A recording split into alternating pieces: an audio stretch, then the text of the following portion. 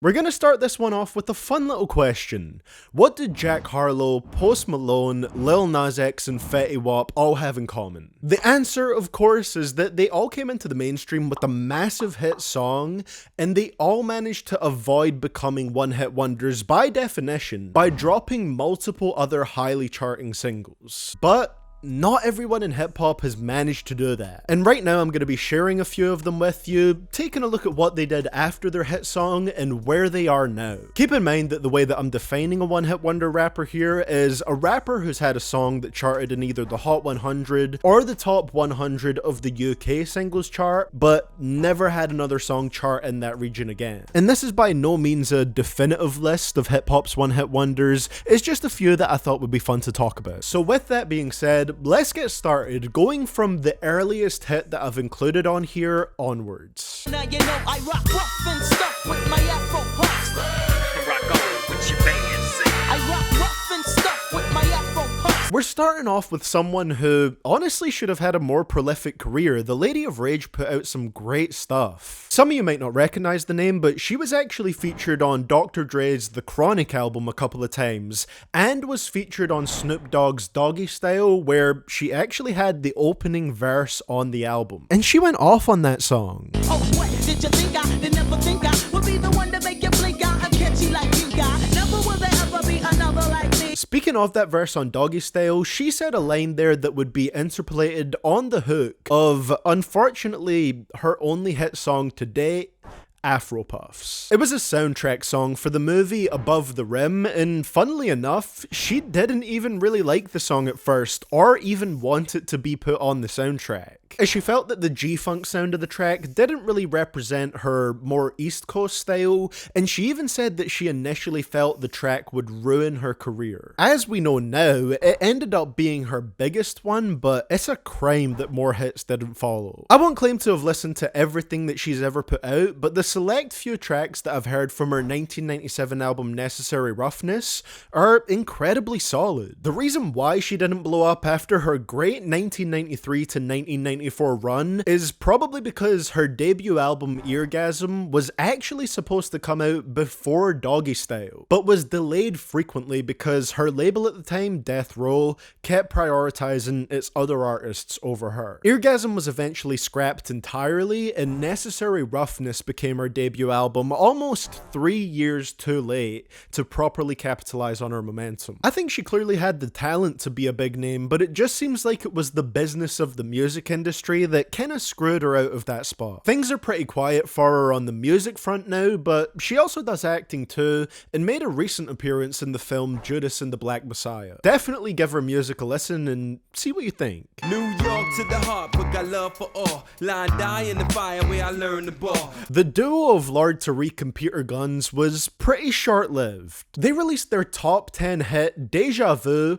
Uptown Baby, in 1997, which is a pretty solid spot to hit with your first single ever together. I'm not crazy about the song personally, but it does have a sort of appealing mainstream groove to it. It was the lead single for their 1998 album Make It Rain, but that album failed to spawn any more hits, and the duo parted ways in 1999. As you can imagine, the Where Are They Now part has more to talk about than their actual music career here. Their biggest mistake actually came with their biggest song, as Deja Vu was built around an unauthorized sample of Black Cow by Steely Dan.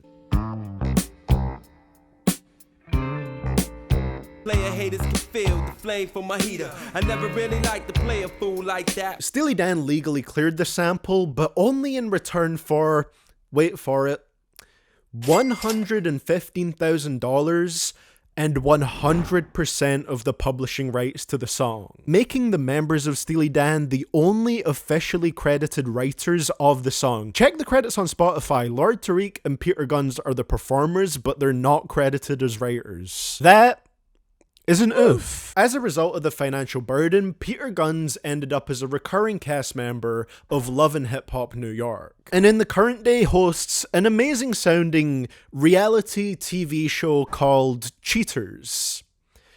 The premise is pretty much exactly what it sounds like. Peter Gunz is also a name that I only really sort of recognized before this video because of his son, Corey Gunz, who is also kind of a one-hit wonder in a way, as he featured on Lil Wayne's top 10 hit 6 Foot 7 Foot. I guess charting at number 9 on Billboard and then never again runs in the family. Lord Tariq seems to have a much lower profile in the current day. He released his only solo album, The Barcode, in 2005, and that was pretty much it for him. He's also married to Peter Gunz's sister, so I'm assuming the ex-rapping duo still stay in touch to this day. Wanna be a baller, shot caller, 20-inch blades on the Impala. Speaking of one-hit wonders that landed themselves in some legal hot water, here's Lil Troy. Troy got his hit in 1999 with the smooth southern track Wanna Be a Baller, which charted at number 70 in the US. One of the most interesting things about this one is that while Lil Troy does have a writing credit on the song,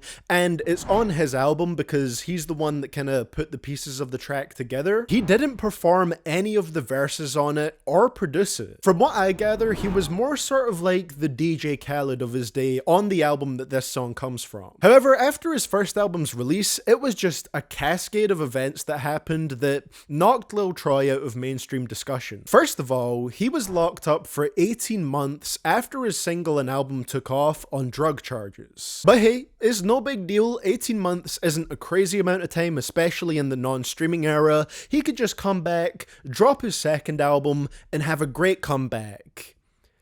But the date that he released his comeback on was September 11th, 2001. And not very surprisingly, the deadliest terrorist attack in US history, it kind of overshadowed the album's release. It didn't perform as well as the first, and by the time that he released his third album, it didn't hit the charts at all. As for the legal situation that I mentioned at the start of this, Lil Troy was successfully sued by Scarface in 2002 for $220,000 for using Scarface's vocals without his permission on his first album. It was a lot of bad luck, but you do have to appreciate Lil Troy's realistic and level-headed view of things. Like, he happily admits to being a one-hit wonder and says that he would rather be known as a one-hit wonder than someone that had no hits at all. Do you consider yourself a one-hit wonder? Yeah. He say yeah. He say shit. I gotta be known as a one-hit wonder than not a hit at all. Like a I feel that. It's a good mindset to have. From what I could find, he actually owns his own trucking company now and survived a fire that destroyed an 18-wheeler that he was driving just last year. At the very least, you can say that he's lived a pretty storied life so far. I told him, motherfucker, I ain't never scared. I ain't never scared. I ain't never scared. Bone Crusher's one big hit was the hard-hitting Never Scared, which featured a verse from T.I., along with another great verse from Killer Mike. And despite only having one hit, he's credited as one of the artists that helped popularize the crunk sound in the early 2000s. You can definitely tell it was his biggest hit even if you know nothing about Bone Crusher just by looking at his debut album. 3 different versions of the song are on there. But I'm not complaining, it is a pretty high energy track. He's one of the rappers that I've included on here where there's not really a specific reason I feel like that you could point to and say, this is why he didn't have another hit. Sometimes you just have an artist that makes one particular song that people gravitate towards and enjoy, but that's all they need from that particular artist. But I included them because there's just a couple interesting things about Bone Crusher that I wanted to mention in this segment. One of those things is that he's a playable character in the Def Jam Fight for New York game, which is just fitting for someone called Bone Crusher. His finisher looks fucking deadly in that game, by the way. Check out this Harlow reel.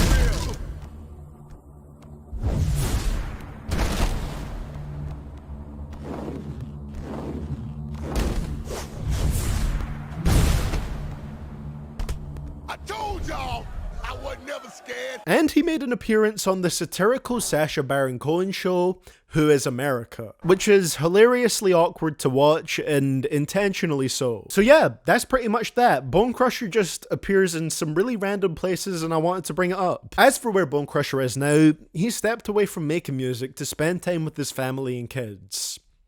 On to the next one.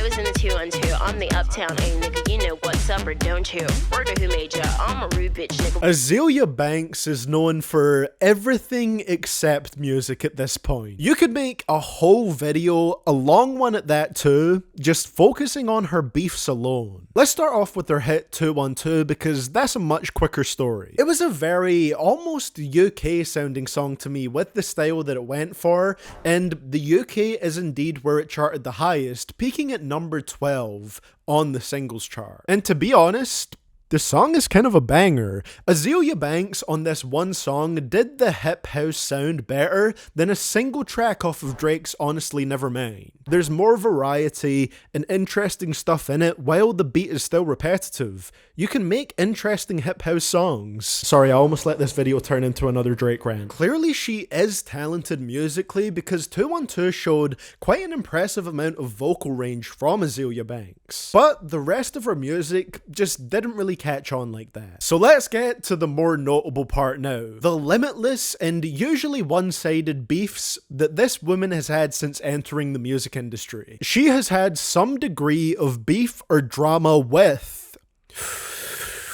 Pharrell Williams, A$AP Rocky, Rita Ora, T.I., Nicki Minaj, Iggy Azalea, Lil Kim, Lily Allen, Miley Cyrus, Remy Ma, Cardi B, Lana Del Rey, Nick Cannon, Zayn Malik, Erykah Badu, Sky Jackson when she was 14 years old, Angel Hayes, Rihanna, Russell Crowe, the country of Ireland, the country of Sweden, Elon Musk and Grimes, the Stone Roses, and I probably didn't even include everyone there. The funniest one was probably the Lana Del Rey beef, with Lana saying to her on Twitter, "You know the Addy," and telling her to pull up for a fight. And the most shocking one probably goes to the Zayn Malik beef, where Azealia Banks was flat out racist. Although another close contender is when she called Vladimir Putin her favorite supervillain of all time, post-Ukraine invasion. That's definitely up there with some of her wilder takes, and yeah, I don't agree with that one. Azealia seems to be a talented artist from what I've heard, but at this point she's just had so many public feuds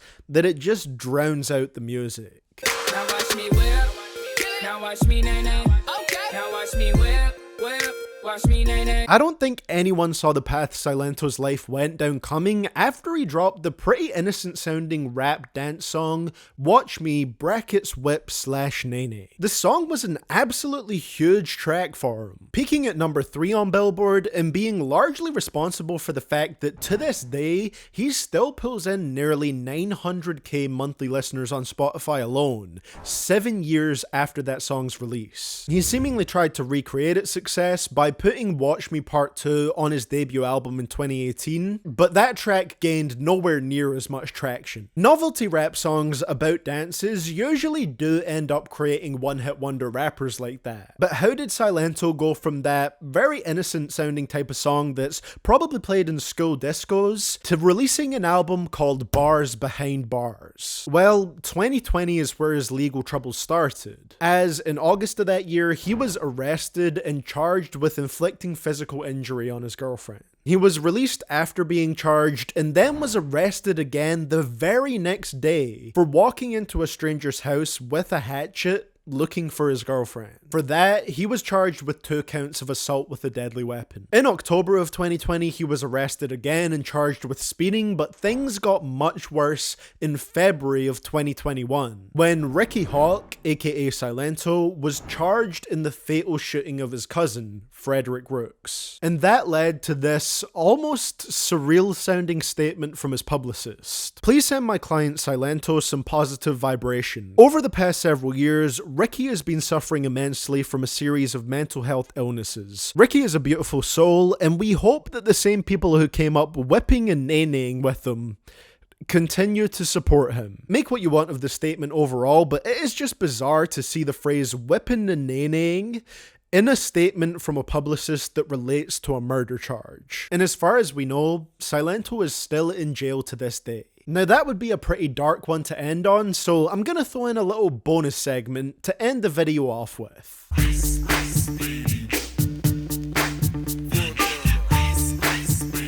Yes, that's right, a rapper that is constantly referred to as one of the quintessential one-hit wonders is not by definition a one-hit wonder. Now sure, if you go up to 100 random people on the street and ask them to name the first Vanilla Ice song they can think of, most of them are gonna say Ice Ice Baby, because that is his biggest song, but he also had Play That Funky Music, which charted at number 4 on the Hot 100. It's still a top 5 hit. And the much smaller tracks, I Love You at number 52, and Cool as Ice at number 81. I think this just comes from the misuse of the term one-hit wonder to describe someone that has one song much bigger than anything else that they've made, regardless of how their other music charts. You'd be surprised how many people I wanted to include in this video that are commonly referred to as one-hit wonders when they're not. Jaquan, who did Tipsy, and Mims, who made This Is Why I'm Hot, were also not eligible to be included in this video. And on that much lighter note, that's where this video comes to an end. Thank you so much for watching. Let me know down in the comments below who your favorite one-hit wonder rapper is who deserved more success, and I'll see you guys all in the next one. Click here to check out my video on the best and worst deluxe edition rap albums, and as always, a massive shout out to all my supporters on Patreon over here, with an extra dose of love towards my biggest supporters, and those are Agir, Big Daddy Foe, Griffin Upchurch, I Am Regent, Ronan Maverick, and Ryan Shadow 507.